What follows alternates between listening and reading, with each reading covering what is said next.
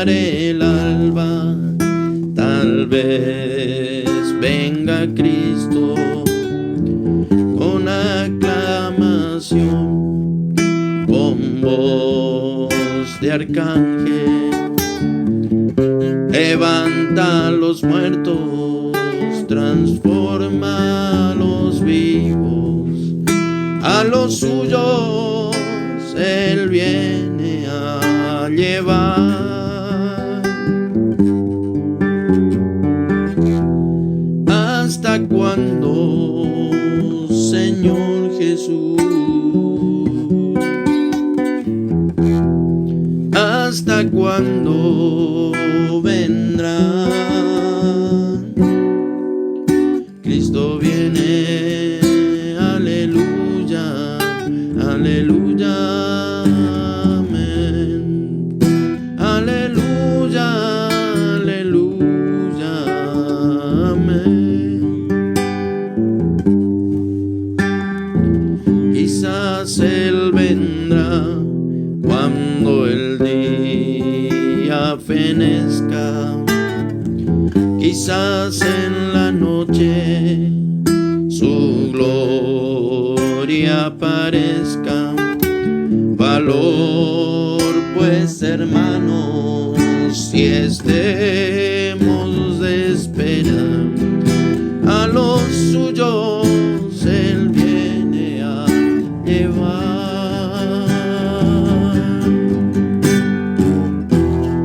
¿Hasta cuándo, Señor Jesús?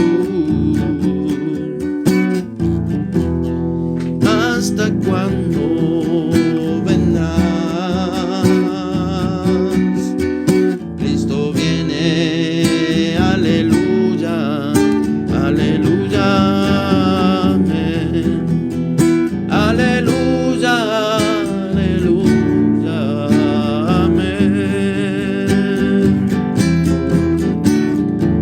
Su magnificencia y gloria veremos, el mundo, el pecado por fin aquí dejaremos. Así con gran gozo le recibiremos cuando Cristo nos viene a llevar.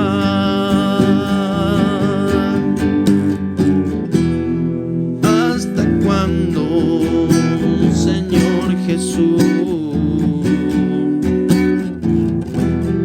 ¿Hasta cuándo vendrás? Cristo viene, aleluya, aleluya, amén. Aleluya, aleluya, amén.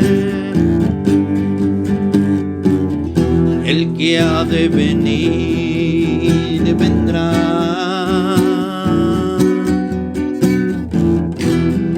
y no tardará. Viene presto, aleluya, aleluya, amén. Aleluya, aleluya, amén. Viene presto, aleluya, aleluya, amén. Aleluya, aleluya, amén.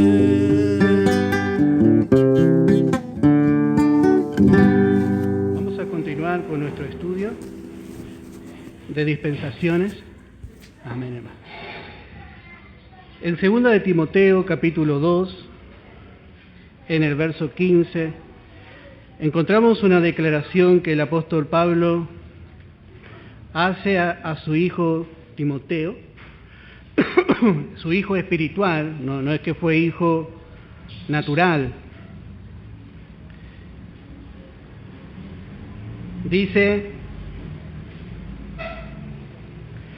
procura con diligencia presentarte a Dios aprobado, como obrero que no tiene de qué avergonzarse, que usa bien la palabra de verdad.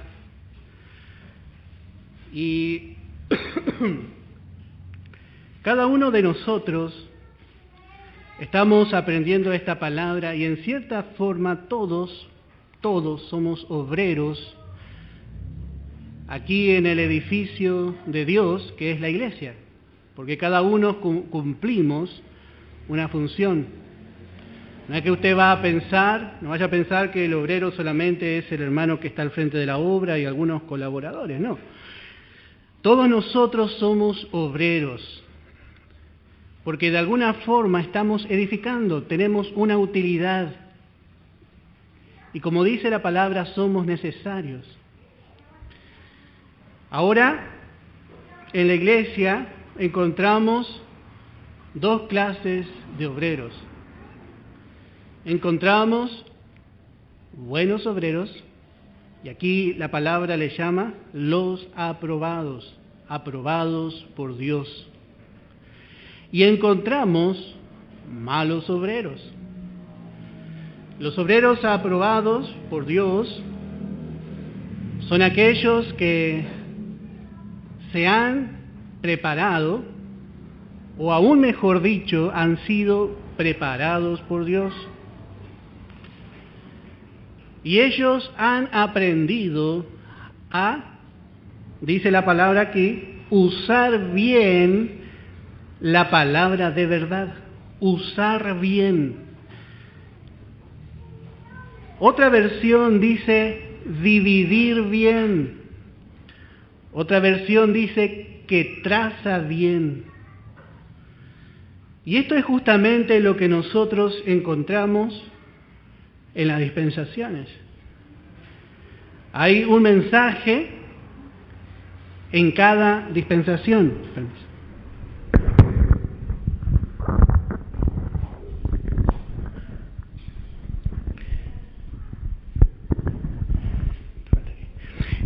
En cada dispensación encontramos un mensaje.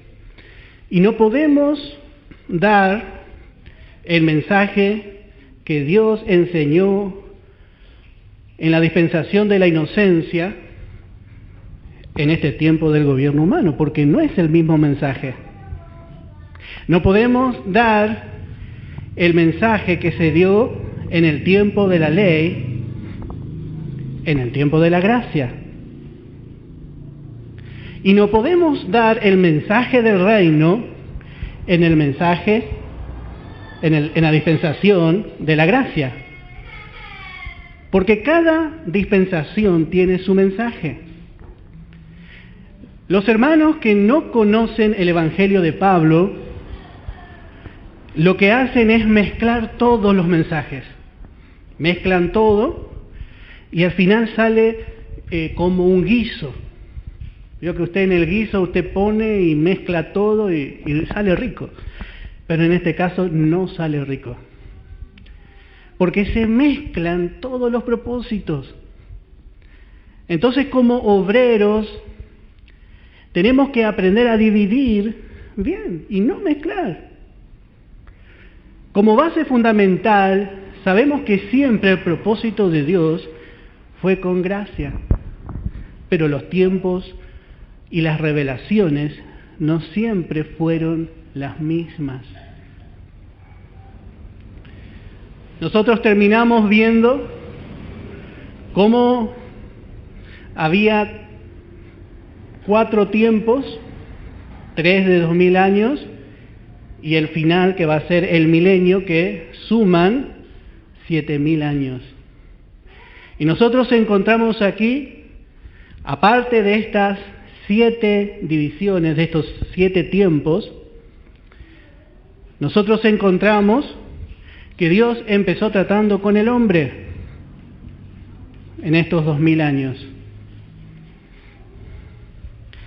Luego empezó a tratar con la descendencia de Abraham, con los judíos. Nuevamente empieza a tratar con todos los hombres, con los gentiles.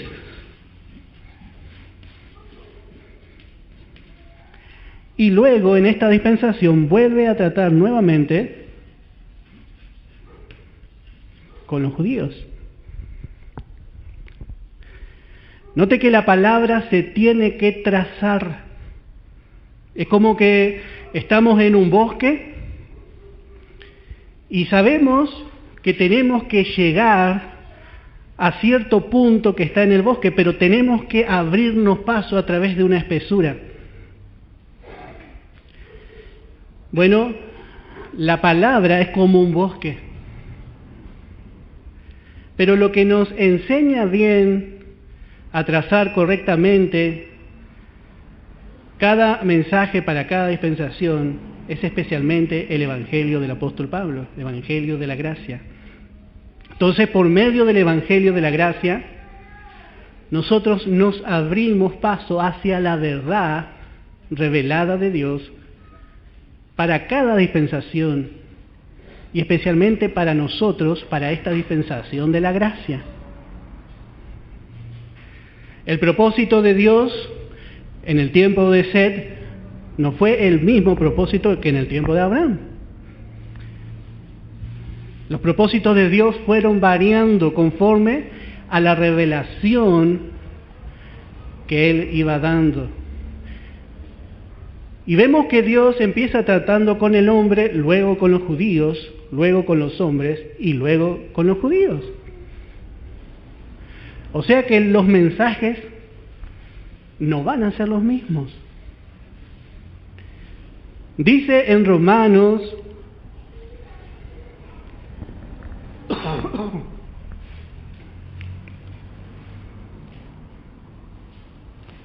capítulo 11 en el verso 32 en adelante. Dice, porque Dios sujetó a todos en desobediencia para tener misericordia de todos. Qué tremendo. Dios vio que el corazón del hombre en este tiempo era de continuo al mal. Y Dios sujetó en desobediencia a los hombres. Y luego de probar que la humanidad no podía permanecer en comunión con Él, agradándole, eligió a Abraham. Dios dejó de tratar con todos los hombres y tomó a Abraham y a su descendencia para de acá en adelante tratar con ellos. Por eso en esta partición Dios deja a la humanidad. Dios deja de tratar por un tiempo con toda la humanidad y trata con Abraham y su descendencia, con la nación de Israel. Pero, como sabemos, la nación de Israel, ¿cómo fue su actitud cuando vino su Mesías y Rey? Encontramos en el Evangelio de Juan, capítulo 1,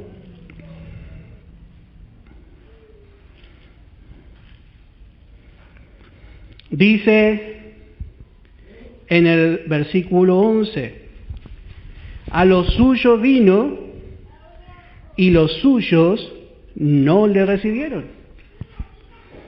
Él vino al pueblo de Israel, pero el pueblo de Israel rechazó a su Mesías y Rey.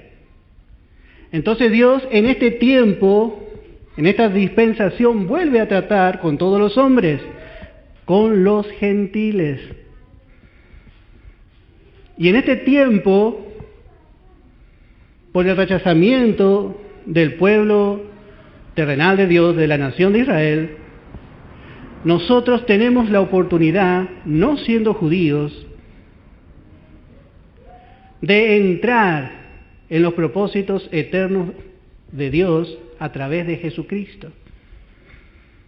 La oportunidad se le dio a todos. Por eso dice en este tiempo, verso 12, mas a todos los que le recibieron, a los que creen en su nombre, les dio potestad de ser hechos hijos de Dios.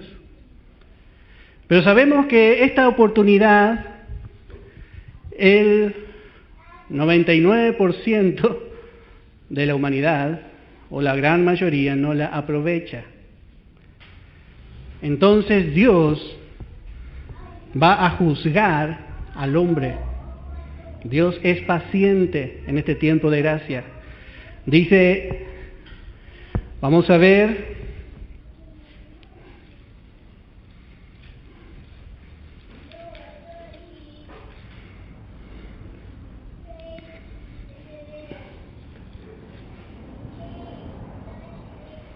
en Segunda de Pedro,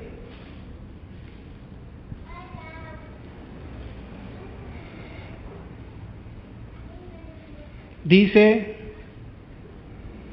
capítulo 3,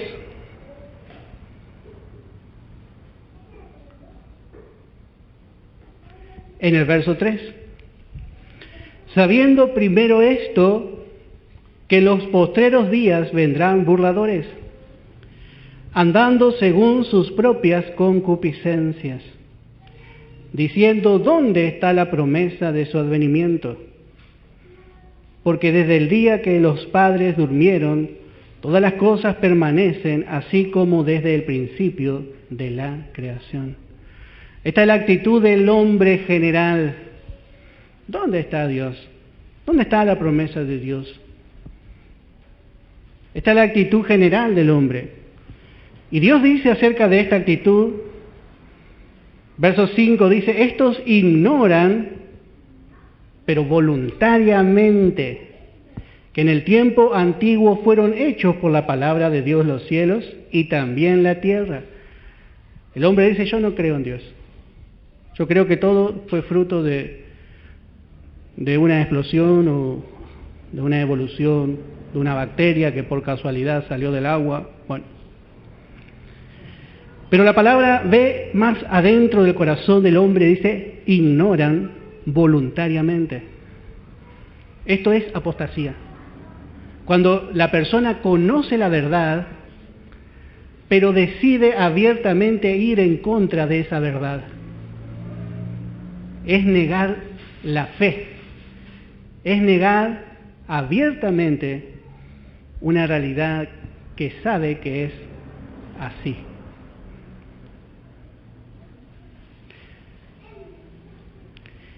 Y termina diciendo el verso 9, el Señor no retarda su promesa, según algunos la tienen por tardanza, sino que es paciente para con nosotros, no queriendo que ninguno perezca, sino que todos procedan al arrepentimiento. Así es en esta edad. El hombre tiene una oportunidad y Dios es paciente. Dios es paciente para, si es posible, que ninguno perezca. Ese es el deseo de Dios. Pero como sabemos, el hombre ignora voluntariamente. El pueblo gentil, los hombres han ignorado. Entonces, ¿Dios qué va a hacer? Dios va a cerrar esta edad. Y va a empezar a tratar nuevamente con los judíos. Por eso volvemos ahora a Romanos capítulo 11 y vamos a entender. Dice Romanos capítulo 11, dice en el verso 32, porque Dios sujetó a todos en desobediencia para tener misericordia de todos. Qué grande nuestro Dios. Esto no quiere decir que Dios les hizo desobedientes, sino que Dios sabía que dándole oportunidad a este rebelde hombre, no la iba a aprovechar. entonces siempre Dios iba a tener a otro a quien darle la oportunidad que éste rechazó, para así tener al final misericordia de todos. Y Pablo, mirando esto, dice en el verso 33, oh profundidad, dice, de la riqueza de la sabiduría y de la ciencia de Dios, cuán insondables son sus juicios, e ininvestigables, inescrutables, no se puede escrutar sus caminos, porque ¿quién entendió la mente del Señor? Ahora, mirando nosotros esto, se nos parece fácil entender. Pero ¿quién realmente entendió la mente del Señor? ¿Quién entendió? Bueno, el Espíritu Santo es el que está ahí escuchando y entiende. Y Él nos quiere explicar. ¿O quién fue su consejero? ¿O quién le dio a Él primero para que le fuese recompensado? Porque de Él y por Él y para Él son todas las cosas. A Él sea la gloria por los siglos de los siglos. Amén. Ese es nuestro Dios.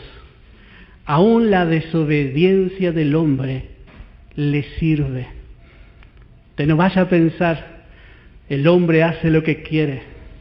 Con su ira, con su desobediencia, con su rebelión, el hombre nada más está ejecutando un plan que se trazó antes de que el mundo fuese mundo, antes de que existan las galaxias, el universo.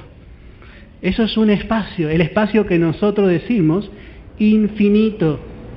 No, el espacio se creó para que el hombre fuese formado. Pero cuando hablamos de el hombre, no hablamos de Adán, hablamos de Cristo hombre. Dios creó el espacio, Dios creó los planetas, Dios creó todas las galaxias y el universo entero en vista de que Jesús tenga un lugar donde nacer y subir a la cruz para salvar a la criatura que Él todavía no había creado.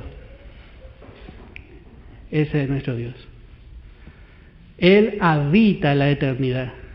El espacio y el tiempo fueron creados para que Dios haga un propósito. Por eso nosotros, hermanos,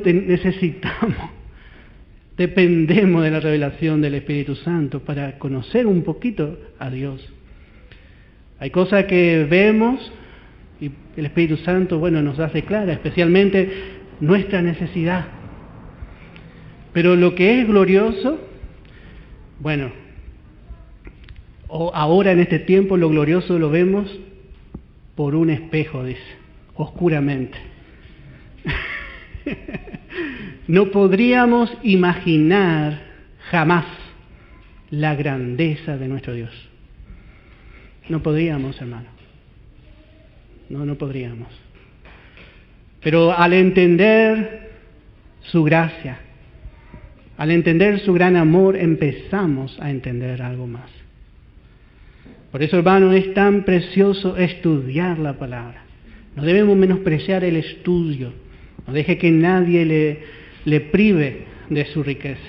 Hermano, la riqueza está en la palabra. No hay otra riqueza más grande. Usted no va a llevar nada. De la tierra no va a llevar nada. En el cajón no entra el auto. No entra la casa, nuestra televisión. No entra nuestra familia.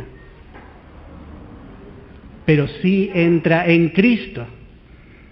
Si su familia está en Cristo, usted va a llevar a su familia al cielo.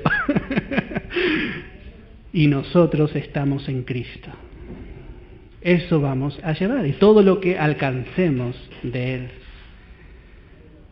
Y esto, hermano, nosotros queremos de alguna manera dar a conocer. Así que vemos el plan y el propósito de Dios. Tener misericordia, salvar, si es posible, a todos. Todos tienen que tener la misma oportunidad. Acuérdense que Dios es justo. Bueno, otra cosa que vamos a encontrar es que cada dispensación empieza y termina con un juicio. Cada dispensación empieza y termina con un juicio. La dispensación de la inocencia empieza con un juicio. ¿Cuál fue el juicio que Dios hizo? Bueno, esa dispensación empezó con un juicio en los cielos. Cuando nosotros encontramos la declaración en Génesis capítulo 1, versículo 1, dice, en el principio creó Dios los cielos y la tierra. En este principio, estos cielos y esta tierra no eran como esta tierra que nosotros conocemos. Pero en el verso 2 encontramos un caos y un desorden. Y hay un lapso de tiempo, estudiamos, entre estos dos versos. Algo ocurrió. Y la tierra estaba desordenada y vacía. Y las tinieblas estaban sobre la faz del abismo. Y el Espíritu de Dios se movía. Otra versión dice empollaba. Empollaba. Vio que la gallina empolla sobre sus huevos. Sobre ese desorden el Espíritu Santo estaba trabajando, dando calor. Un calor cariñoso, amoroso, muy tierno, para que realmente todo vuelva a reordenarse. Por eso el capítulo 1 no es un capítulo de creación, sino es un capítulo de reordenamiento, de reconstrucción. Eso es lo que encontramos en el capítulo 1, la reconstrucción de algo que había sido destruido. Note que las semillas no fueron creadas. Dios dijo brote porque la semilla ya estaba. Dios empezó a ordenar lo que se había desordenado. Y como habíamos visto, esto ocurrió porque Satanás descendió y lo desordenó todo. Y tenemos algunos pasajes, primeramente en Isaías, podemos leer capítulo 14,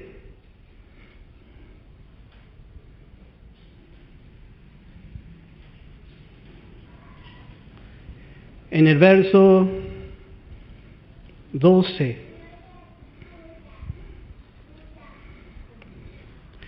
Y dice, ¿cómo caíste del cielo, oh lucero, hijo de la mañana? Este es el mismo Satanás estando delante de Dios, el lucero de la mañana. Y él aún se disfraza como ángel de luz, pero su luz ya fue apagada hace tiempo. Es una falsa luz. Y dice, cortado fuiste por tierra, tú que debilitabas a las naciones, a otros poderes también. Tú que decías en tu corazón, subiré al cielo en lo alto, junto a las estrellas de Dios levantaré mi trono, y en el monte del testimonio me sentaré a los lados del norte. Bueno, este era el deseo de este ángel, de este arcángel. Bueno, él quería ocupar el lugar que Dios tenía, especialmente a los lados del norte. Esa es una frase muy significativa. Pero él lo pensó, no lo llegó a hacer. Cuando Dios halló esta maldad en su corazón, Dios lo derribó. Él dijo en el verso 14, sobre las alturas de las nubes subiré y seré semejante al Altísimo. Mas tú derribado eres hasta el Seol, a los lados del abismo. Lucas capítulo 10, en el verso 18. Lucas capítulo 10, en el verso 18. verso 17 podemos leer: volvieron los 70 con gozo, diciendo: Señor, aún los demonios se nos sujetan en tu nombre. Los discípulos echaban fuera demonios. Y el Señor le dice: bueno, qué lindo, dice. Y les dijo: yo veía a Satanás, al padre de todo eso, caer del cielo como un rayo. Él ya vio al enemigo vencido, pero ya desde antes de la fundación del mundo. Pero ellos se gozaban porque echaban fuera demonios. Y bueno, así somos nosotros también. Hay mucho más por poseer y a veces le contamos al Señor. Y sobre esa base de que Satanás fue vencido, he aquí, dice, os doy potestad de hollar serpientes y escorpiones, y sobre toda fuerza del enemigo, y nada os dañará. En la cruz el Señor terminó de avergonzar y le quitó el poder al enemigo, que era la muerte. Había un imperio ahí. Pero lo que nos interesa es lo que vemos acá, porque dice: tú, Isaías, derribado eres. Y acá Jesús nos enseña cómo fue su caída. Fue como un rayo. Y usted, no sé si escuchó alguna vez el rayo. Primeramente se ve la luz, y después a los 2 o 3 segundos se escucha el estruendo, porque la velocidad de la luz es más rápida que la velocidad del sonido, ¿no? Bueno, y así fue la caída de Satanás en la tierra. A veces usted escucha que tiembla todo por un rayo, ¿no? Y así, cuando Satanás cayó, él desordenó la obra de Dios. Porque acuérdese que todo lo que fue creado solamente en vista de un hombre. Hay un hombre de destino. Hay un hombre en el cual todos los propósitos de Dios descansan, que no es Adán, el primer Adán, sino más bien el segundo Adán. Entonces él siempre tratando de impedir la obra de Dios. Colosenses capítulo 1, verso 16 dice: porque en Él, en Cristo, cuando Cristo existió como hombre en la mente de Dios, cuando Cristo existió como hombre, cuando Dios determinó que el Hijo iba a tomar forma del hombre, iba a tener forma de hombre. Bueno, Dios ahí creó todas las cosas, las que hay en los cielos y las que hay en la tierra, visibles e invisibles, sean tronos, sean dominios, sean principados, sean potestades. Todo fue creado por medio de Él y para Él. Cristo primero, Cristo hombre, antes de que tenga un lugar donde vivir como hombre y antes de que el hombre fuese creado, Cristo hombre existía en la mente de Dios. ¿Y por qué hombre? Bueno, siempre pienso que cómo le podían traspasar los clavos a Dios. Dios puede ser crucificado en su forma de Dios.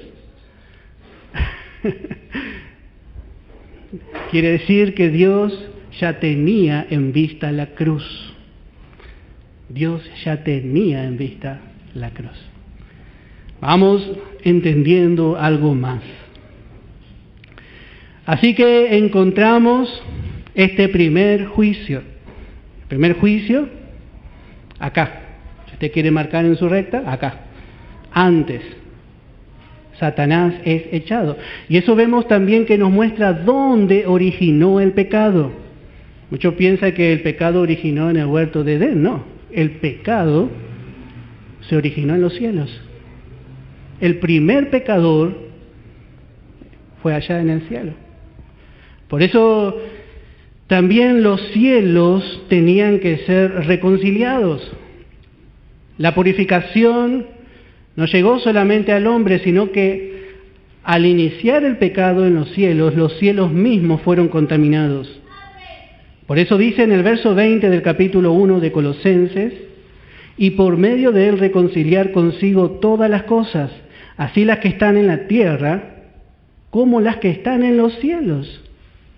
Qué raro, ¿no? ¿Qué en el cielo podría ser reconciliado? Si en el cielo hay ángeles que hacen la voluntad de Dios, y en el segundo cielo está Satanás con su demonio, pero habíamos visto ayer que Dios le dijo al hombre y a la mujer que para ellos había una oportunidad, había una simiente, pero para la serpiente no. Entonces, ¿qué es lo que Dios podía reconciliar de los cielos? Bueno, los cielos fueron contaminados por el pecado de Satanás. Por eso el alcance de la redención es mucho más de lo que nosotros vemos, porque los cielos también fueron reconciliados. Bueno, empieza con el juicio a Satanás y termina aquí con el hombre echado del huerto. El juicio que encontramos, con el que concluye la edad de la inocencia, ya yo sé que todos saben, pero vamos a volver a leer. En Génesis capítulo 3, verso 13. Entonces Jehová Dios dijo a la mujer, ¿qué es lo que has hecho? Y dijo la mujer, la serpiente me engañó y comí. Y Jehová Dios dijo a la serpiente, por cuanto esto hiciste, maldita serás entre todas las bestias y entre todos los animales del campo. Sobre tu pecho andarás y polvo comerás todos los días de tu vida. Y pondré enemistad entre ti y la mujer, y entre tu simiente y la simiente suya. Esta te herirá en la cabeza y tú le herirás en el calcañar. A la mujer dijo, multiplicaré en gran manera los dolores en tus preñeces. Con dolor darás a luz los hijos, y tu deseo será para tu marido, y él se enseñoreará de ti. Y el hombre dijo, por cuanto obedeciste a la voz de tu mujer, y comiste del árbol del que te mandé, diciendo, no comerás de él, maldita será la tierra por tu causa, con dolor comerás de ella todos los días de tu vida, espinos y cardos te producirá, y comerás plantas del campo. Con el sudor de tu rostro comerás el pan, hasta que vuelvas a la tierra, porque de ella fuiste tomado, pues polvo eres, y al polvo volverás. Verso 24, echó pues fuera al hombre, y puso al oriente del huerto de Edén querubines, y una espada encendida que se revolvía por todos lados, para guardar el camino del árbol de la vida. Vemos que cierra con este juicio la edad de la inocencia. El hombre juzgado, la mujer juzgada y la serpiente juzgada, la tierra maldecida. Hasta ahora no se conocía el dolor. No se conocía el dolor. Y el verso 24 dice, el huerto quedó cerrado. Así que vemos el juicio de Dios al hombre y a la serpiente. El juicio de Dios al hombre y a la serpiente. Sí.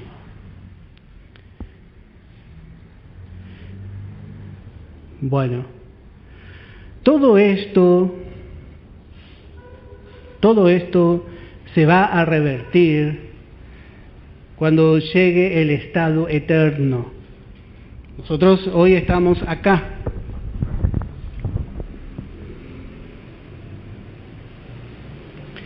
y acá está la eternidad. Nosotros no solo estamos cerca de la eternidad, sino que ya estamos viviendo la eternidad por medio de la vida eterna. La vida eterna que nosotros llevamos dentro pertenece acá y pertenece allá. Cuando nacimos en lo natural,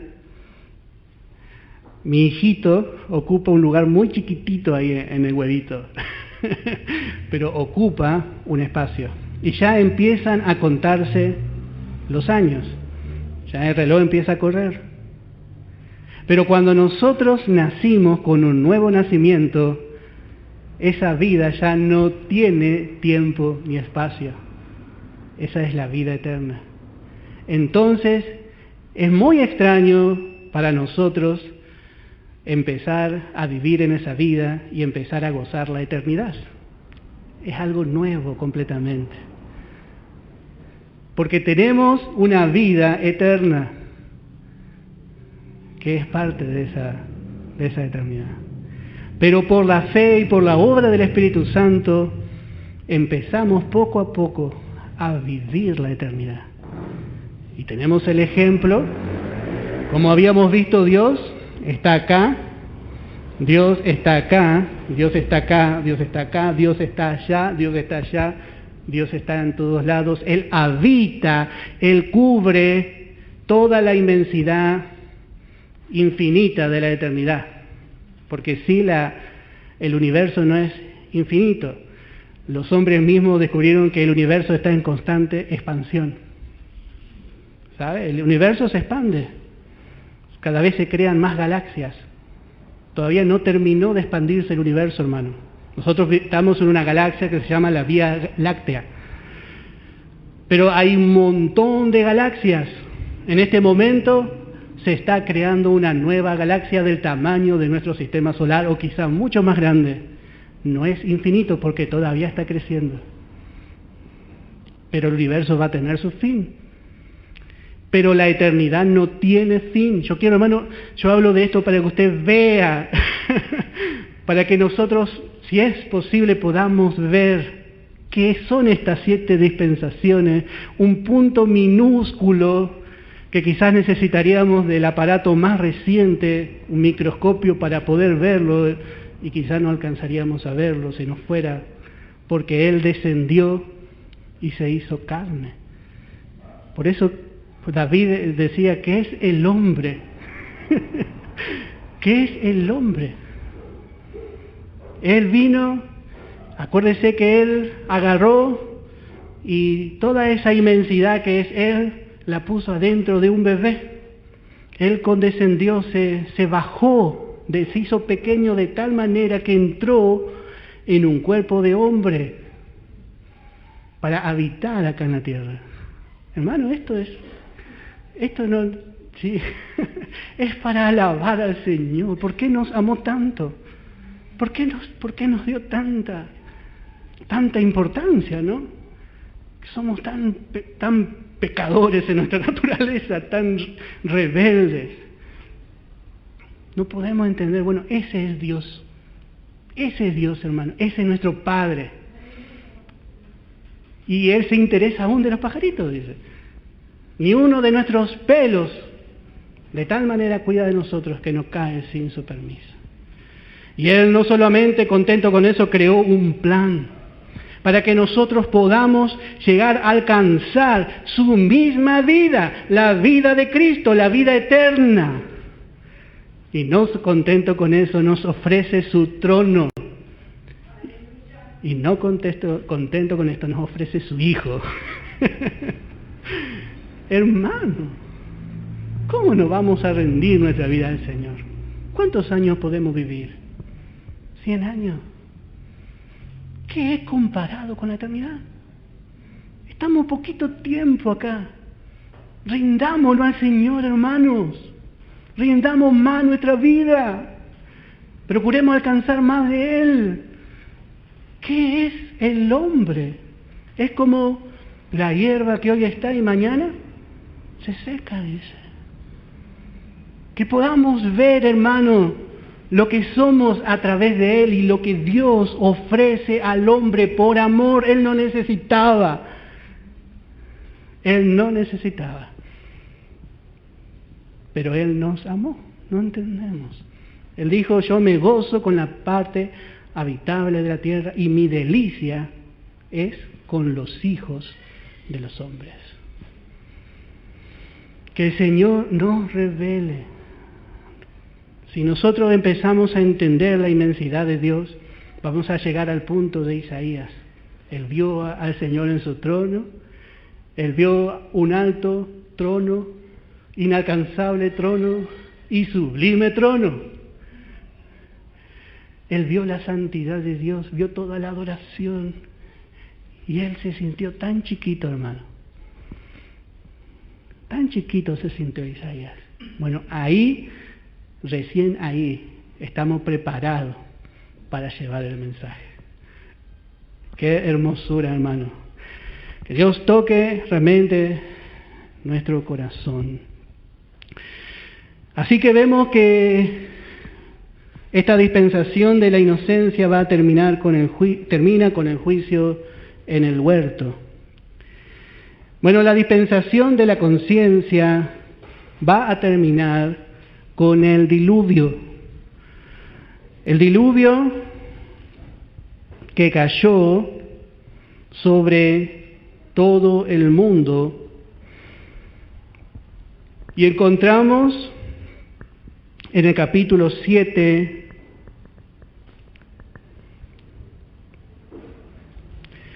vamos a leer desde el verso 11 de Génesis. Génesis capítulo 7 en el verso 11. El año 600 de la vida de Noé, en el mes segundo, a los 17 días del mes, aquel día fueron rotas todas las fuentes del grande abismo, y las cataratas de los cielos fueron abiertas.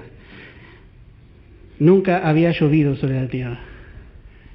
Y Noé decía, va a llover.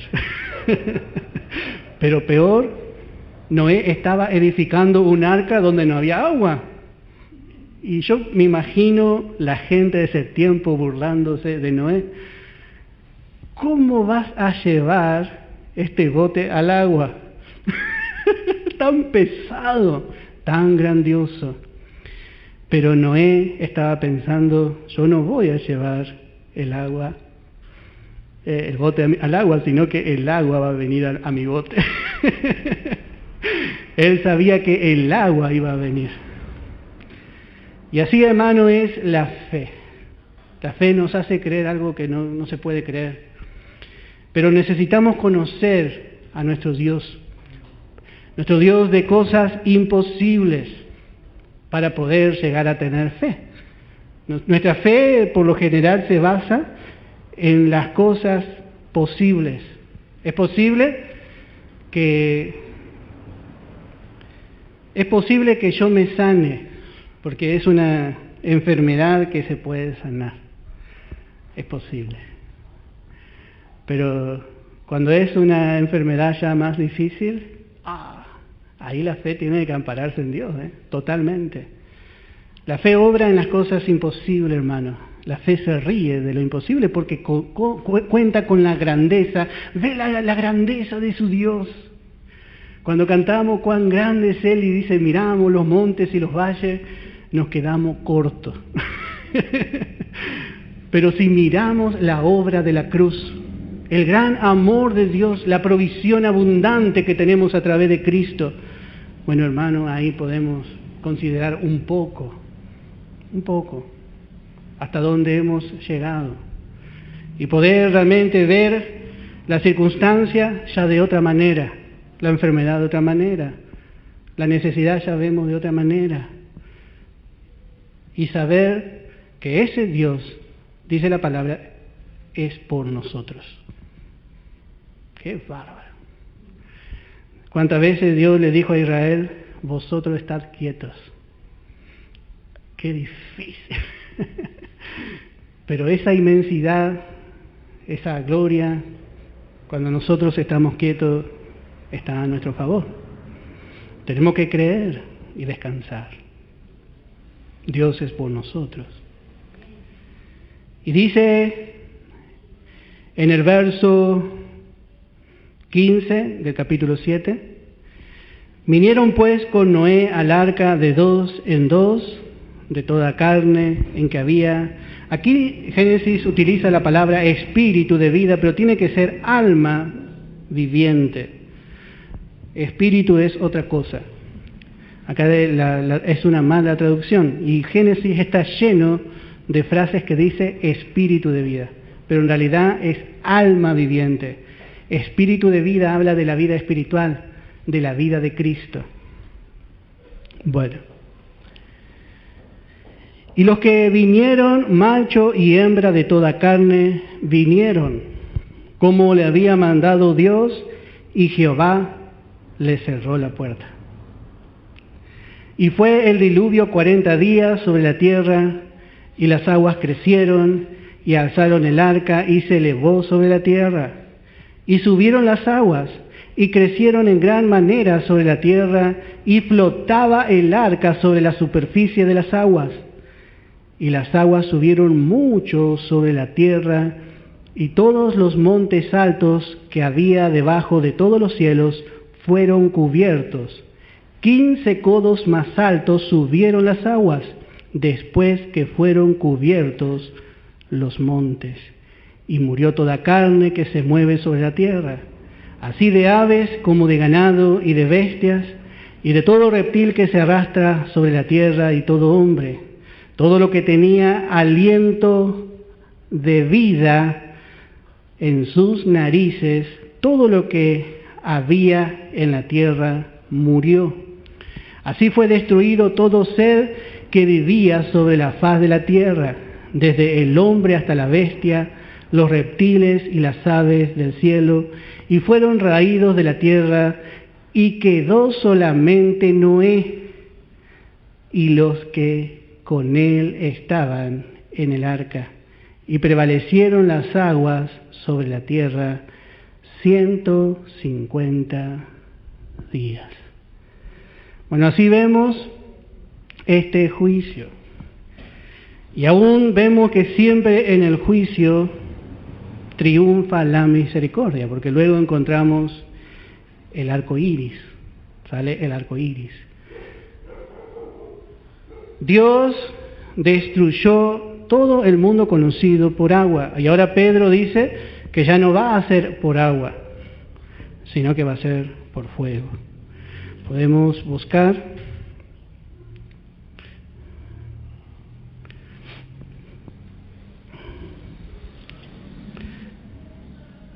capítulo 3, dice en el verso 6. De segunda de Pedro, capítulo 3, verso 6. Por lo cual el mundo de entonces pereció anegado en agua. Pero los cielos y la tierra que existen ahora están reservados por la misma palabra, pero guardados para el fuego en el día del juicio y de la perdición de los hombres impíos. Bueno, así que va a cambiar la manera. Pero vamos a avanzar. Así que esto dio finalización al tiempo de la conciencia y dio también comienzo a la dispensación del gobierno humano. Así que encontramos acá realmente otro tiempo, el gobierno humano. El hombre debía gobernar sobre los hombres. Y Dios había dado el gobierno a Noé. Pero vemos que el hombre natural enseguida utiliza esta autoridad, pero la utiliza fuera de la voluntad de Dios, sin sujetarse él a Dios. Por eso vemos que el gobierno de Noé fue en alguna manera débil, y fue un gobierno que fue puesto en duda o fue cuestionado. Habíamos visto que él no tuvo control de sí mismo. ¿Y quién aparece como el primer gobernador poderoso? Bueno, aparece Nimrod.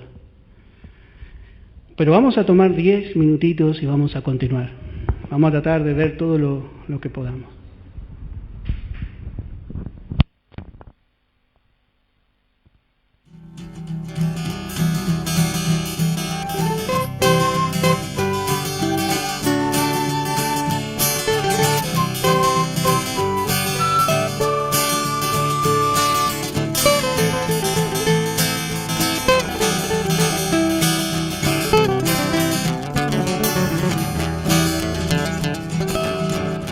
Aunque el cielo y la tierra se deshagan ante el fiel, confundido no será jamás.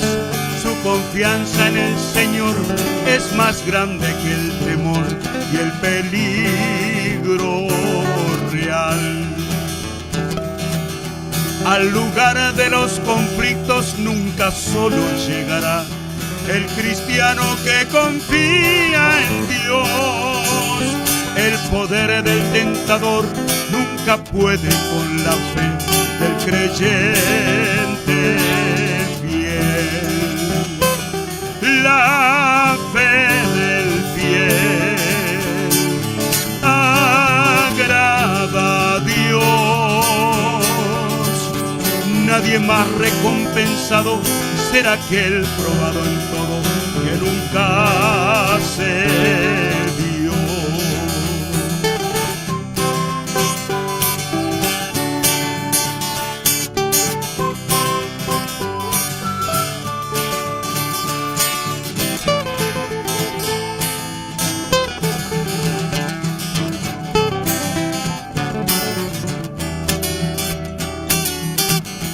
Se equivoca el enemigo atacando al santo fiel, presa fácil no será jamás, mas de pronto se da cuenta de su lamentable error al luchar con Dios. El creyente fiel confiesa su riqueza en el Señor y el poder real que hay en él. En la lid cual nazareo hace uso de su fe, en la fuerza de Jehová. La fe del fiel agrada a Dios. Nadie más recompensado será aquel probado en todo que nunca se dio. La fe del fiel agrada a Dios. Nadie más recompensado será aquel probado en todo que nunca